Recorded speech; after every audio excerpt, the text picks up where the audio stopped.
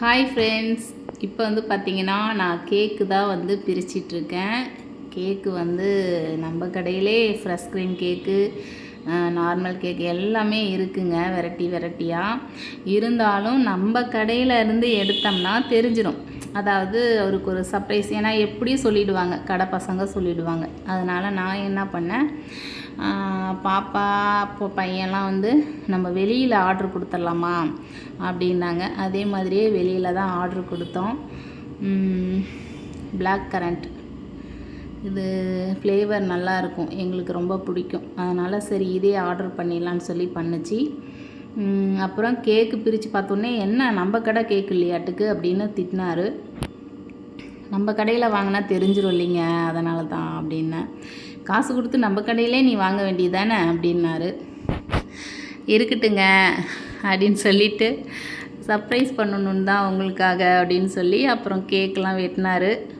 அப்புறம் ஜாலியாக இருந்தது, ரொம்ப ஃபன்னாக இருந்துச்சு. அப்புறம் அவர் எனக்கு கேக் வெட்டினார். பொதுவாக அவருக்கு வந்து கேக்கு இந்த மாதிரி ஐட்டம்லாம் சாப்பிட மாட்டார், கொஞ்சமாக தான் எடுத்துக்கிட்டார். மறுபடி கேக்கு போய் ஊட்ட போனேன். அதுக்கு வந்து போதும் முட்டை நான் தடிக்குது அப்படின்ட்டாரு.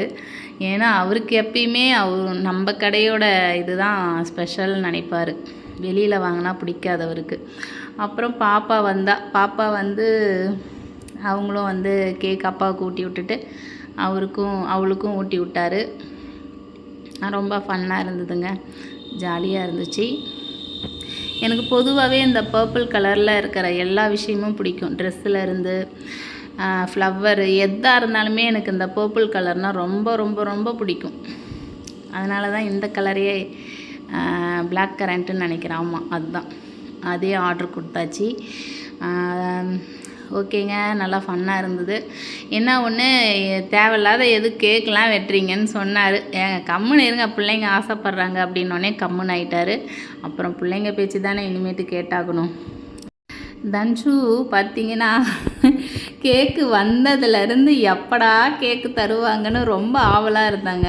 அப்புறம் என் பையன் ரொம்ப டீசெண்ட்டு, அலையிற மாதிரி இருக்கும் ஆனால் தெரியாதுங்க, அந்த மாதிரி டீசெண்டாக இருப்பான்.